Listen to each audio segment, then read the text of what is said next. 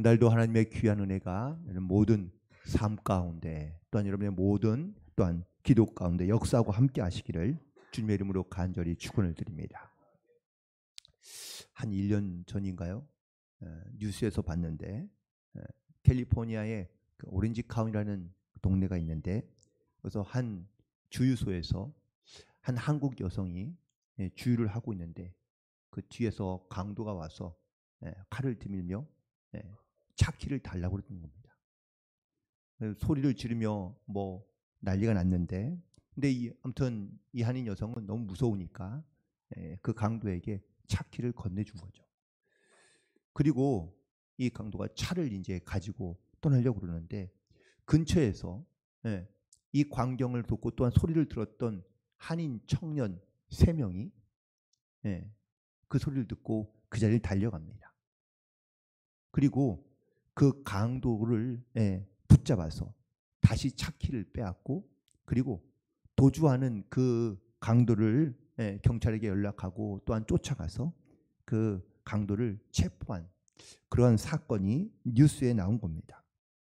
그래서 그 이야기를 들은 이 경찰이라든지 아니면 뭐 국가기관에 뭐 그 시청 이런 데서 모범적인 용감한 시민상을 그에게 건네주는 것이죠. 그래서 이 모범적인 시민상을 받은 청년들은 인터뷰 속에서 그냥 자기들은 할 일을 했을 뿐이다라고 이렇게 이야기합니다. 대부분 용감한 시민상을 받거나 아니면 모범적인 시민상을 받은 사람들의 인터뷰의 특징 그저 할 일을 했을 뿐입니다. 라는 이야기인 거죠. 그런데 사실 누구나 다 그렇게 해야 되는 것이 옳은 것인 줄 알고 또한 그렇게 해야 되는 것이 지극히 당연한 것인 줄 알지만 사실 그 상황 가운데 자기의 어떤 이런 위협이라든지 혹은 또 자기에게 가해올 피해를 생각하지 않고 그냥 무작정 달려드는 사람은 아무도 없습니다. 분명 그 일 때문에 고난을 당할 수도 있고 혹은 심지어는 상처를 입을 수도 있고 더 나아가서 사실 미국이라는 나라는 총기가 가능한 나라라 사실 생명과도 직결되는 이런 문제이기 때문에 그렇게 쉽사리 달려들 수만은 없다는 사실입니다.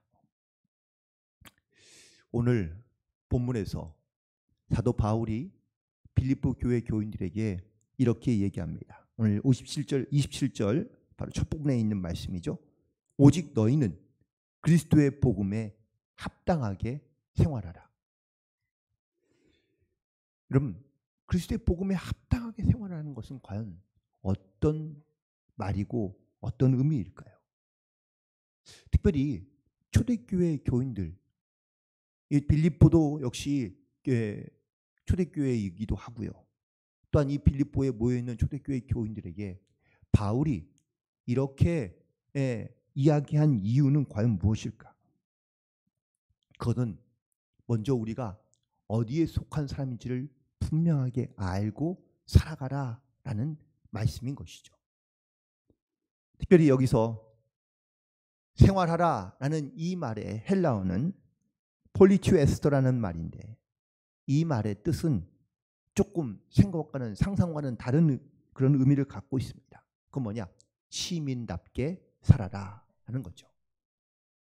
그러면 이 빌립보라는 지역을 조금 우리가 다시 한번 돌이켜보면 이 빌립보는 제2의 로마 혹은 리틀 로마라고 불렸던 도시 중에 하나입니다. 이 로마와 비슷하게 만든 도시가 당시에 한 7, 8개 정도가 있었는데 그 중에 하나가 빌립보인 거예요. 이 빌립보에 사는 사람들의 특징은 퇴역한 군인들이 많습니다. 그러니까 로마의 군인으로 전쟁을 많이 하다가 이제 은퇴하고 나면 어디서 좀 안정적으로 살 곳이 필요하지 않습니까? 그러니까 이 로마의 황제가 그 수고했던 군인들에게 로마의 시민권을 부여하고 그리고 그 시민권 생활을 풍족하게 할 수 있도록 연금도 주고 그래서 살 수 있도록 한 도시 중에 하나가 바로 빌립보인 겁니다. 빌립보에서는 어떤 사고방식을 가지고 살아가는 사람이 많을까요? 나는 로마 사람이다. 그리고 로마식의 생활을 하며 그 로마의 어떤 풍토와 전통과 어떤 풍습을 지켜가는 것이 바로 이 로마식 시민권 혹은 로마식의 생활을 살아가는 사람들의 모습이라고 말할 수 있습니다. 그렇다면 바울이 이 빌립보 교회에 있는 성도들 가운데 시민답게 살아가라는 이 말은 로마의 시민답게 살아가라는 말일까요? 그건 아니겠죠.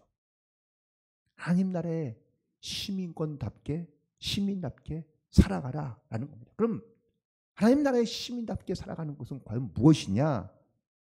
빌립보서 3장 20절 우리가 보진 않았지만 보면은 그러나 우리의 시민권은 하늘에 있는지라 라고 이렇게 말씀하고 있습니다.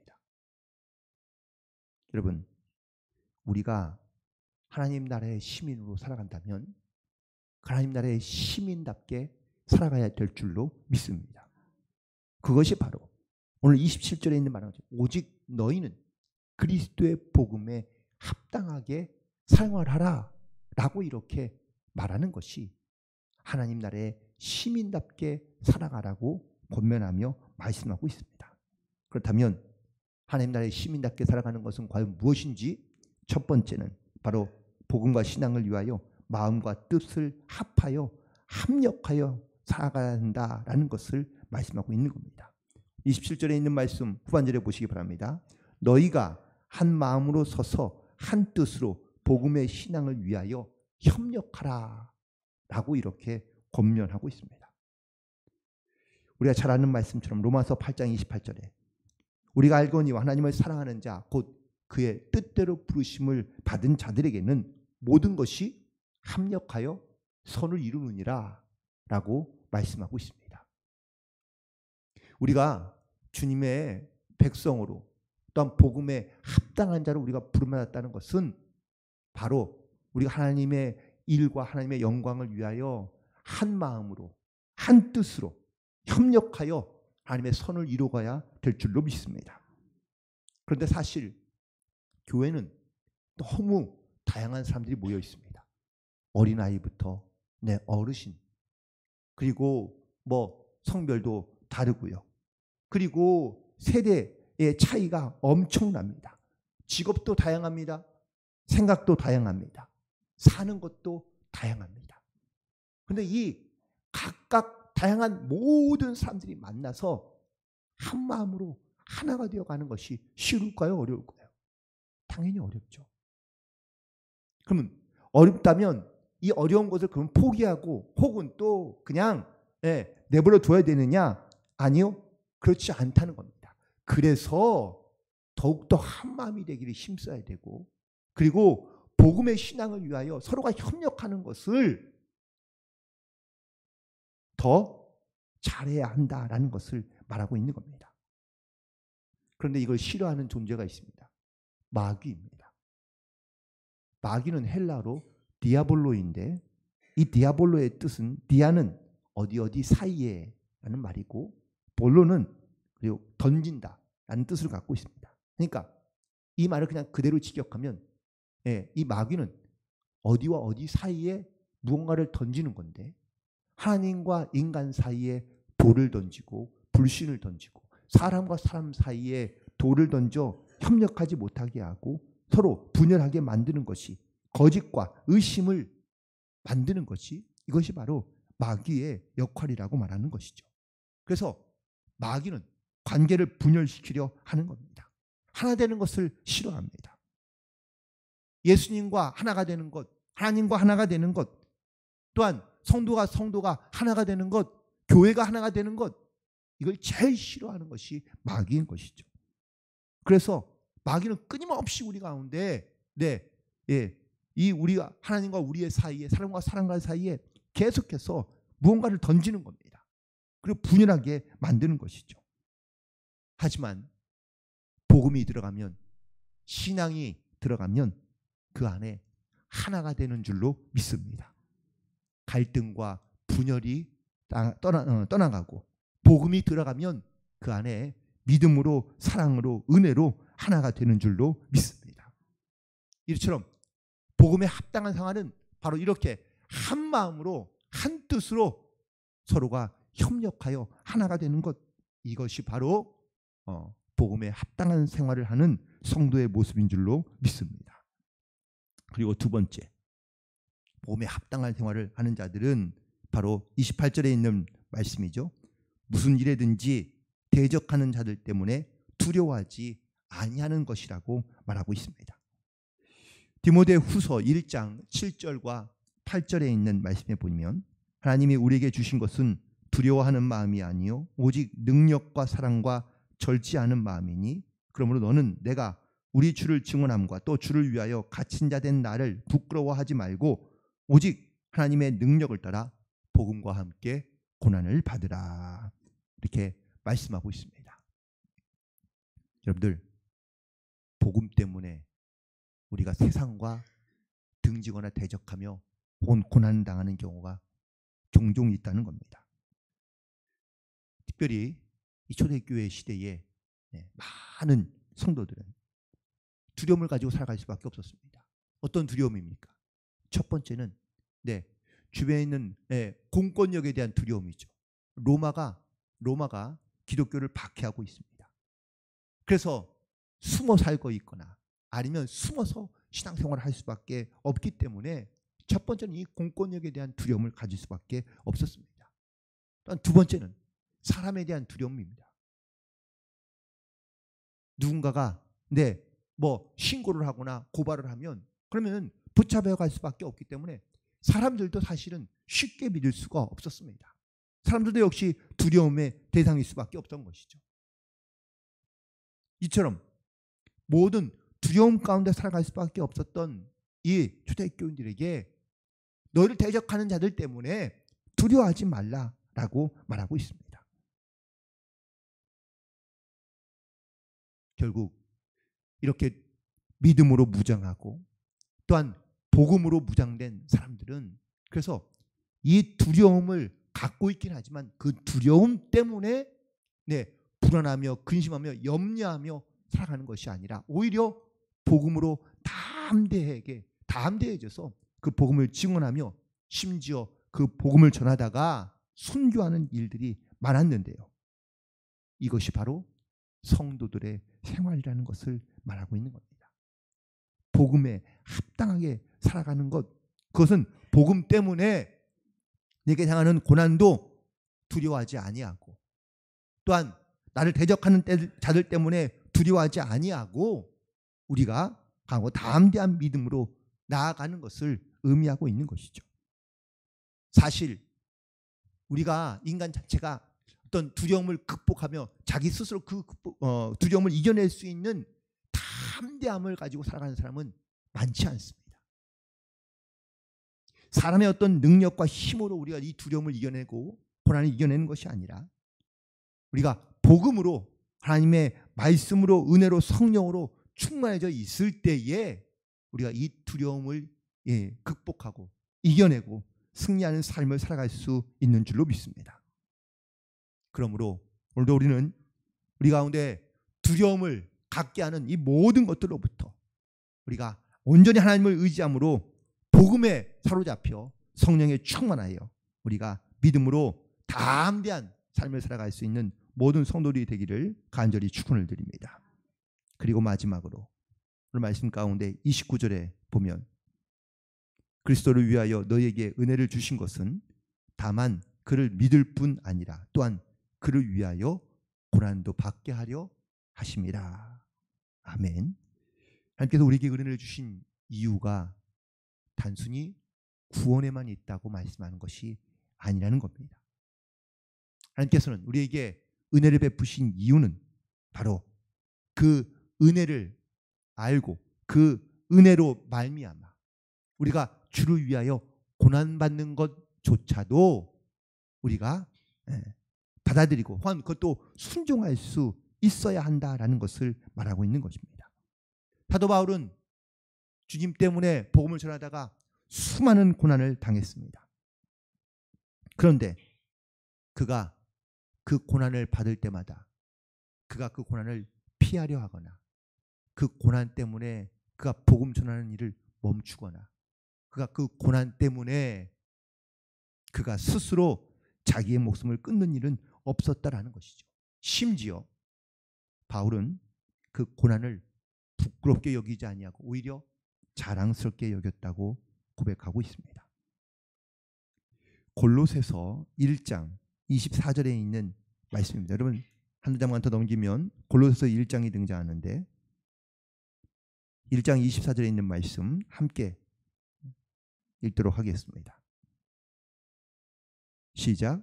나는 이제 너희를 위하여 받는 괴로움을 기뻐하고 그리스도의 남은 고난을 그의 몸된 교회를 위하여 내 육체에 채우노라. 아멘. 바울은 자기가 당하는 모든 고난을 그리스도의 몸된 교회를 위하여 자기의 것으로 여겼다라고 고백하고 있습니다. 그래서 복음에 합당한 생활을 하며 삶을 살아가는 성도는 이처럼 주님의 복음을 전하다가 고난받는 것을 두려워하지 아니하고 그리고 그 고난 가운데 적극적으로 참여하는 그러한 성도들을 말하고 있는 겁니다. 우리가 나를 위해 나 때문에 고난받는 것 또한 내가 하고 싶은 일을 하다가 어려움을 당하는 것 사실 그것도 힘들고 고통스러워 하는데 내 일도 아닌 우리가 복음을 전하는 것 때문에 또한 하나님을 증거하는 것 때문에 말씀대로 살아가는 것 때문에 고난을 당하거나 어려움을 당한다면 그걸 과연 우리는 기뻐하며 감사할 수 있을까? 심지어 그것을 나는 은혜로 여기며 살아갈 수 있을까? 주님은 그 고난을 바로 하나님이 주시는 은혜 혹은 하나님의 뜻과 마음이 내 삶 가운데 있어서 역사하는 그래서 주님이 우리에게 은혜를 베푸시는 이유는 그냥 단순히 내가 믿고 구원을 얻는 것으로만 끝이 아니라 성도로서의 합당한 삶은 그 고난마저도 함께 감당하며 또한 그 고난을 이겨내고 나아갈 수 있는 성도들이 되게 하기 위하여 우리 가운데 이 고난도 하나님께서 허락하시고 또한 고난을 통하여 우리가 성장하고 성숙할 수 있도록 하나님께서 우리 가운데 그 은혜를 깨닫게 해주시는 줄로 믿습니다. 말씀을 정리하면 성도는 하나님 나라의 시민권자입니다. 우리가 이 땅에 살아가지만 우리의 삶의 모든 목적과 방향과 이유는 이 땅이 아니라 하나님의 나라에 있는 줄로 믿습니다. 그렇다면 우리가 하나님 나라의 백성으로 이 땅 가운데 살아갈 때 우리가 복음에 합당한 삶을 살아가야 되는데 그것은 바로 첫 번째 믿음 안에서 온 성도가 하나가 되어야 될 줄로 믿습니다. 각자의 생각과 고집과 또한 자기의 생각과 경험을 가지고 다투고 분열하는 것이 아니라 하나님의 마음으로 하나가 되고 또한 그 안에서 온 성도들이 하나가 될 때 우리가 이 땅 가운데 하나님 나라의 거룩한 백성들로서 우리를 분열케 만드는 마귀의 계기를 이기는 승리하는 삶을 살아가게 될 줄로 믿습니다. 또한 두 번째 대적들로 인해 두려워하는 것이 아니라 담대하게 살아가야 될 줄로 믿습니다. 주님께서 내 삶에 함께 하시고 또한 우리가 그 말씀대로 순종하며 살아갈 때마다 우리가 담대한 믿음을 가지고 믿음으로 승리하는 삶을 살아가는 성도들이 되기를 간절히 소망하며 그리고 마지막으로 우리가 그리스도인으로 살아간다는 것은 복음에 합당한 삶을 살아갈 때에는 내가 주님 때문에 고난받는 것조차도 우리가 은혜로 여기고 또한 그 은혜를 외면하지 아니하고 우리가 믿음으로 승리하는 삶을 살아가야 될 줄로 믿습니다. 7월 한 달도 정말 하나님의 귀한 하나님의 말씀과 은혜를 반드시 기억하고 우리가 복음에 합당한 삶으로 함께 영광을 돌리며 승리하는 성도들이 되시기를 주님의 이름으로 간절히 축원을 드립니다. 기도하시겠습니다.